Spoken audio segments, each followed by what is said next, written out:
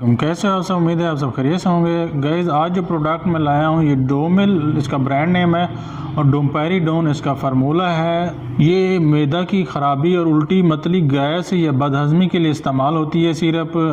मज़ीद इस्तेमाल की बात करें तो मैदा की गैस या बोझ महसूस हो तो इसको इस्तेमाल कर सकते हैं। मतली या कै हो तो इसको इस्तेमाल कर सकते हैं। खाने के बाद भारीपन महसूस हो रहा हो तो इसको इस्तेमाल कर सकते हैं।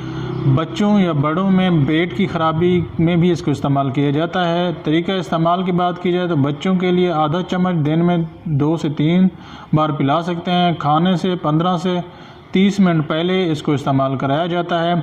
बड़ों के लिए 2 चम्मच दिन में 2 से 3 दफ़ा पिलाएं। एहतियाती तदाबीर की बात करें तो ये दवा खाने से पहले दी जाती है। ज़्यादा मिकदार ना दें, ख़ास तौर पर बच्चों में। दूसरा, अगर दिल की बीमारी हो तो डॉक्टर से मशवरा करें। हामला या दूध पिलाने वाली ख़वातीन बग़ैर मशवरा के इस्तेमाल ना करें।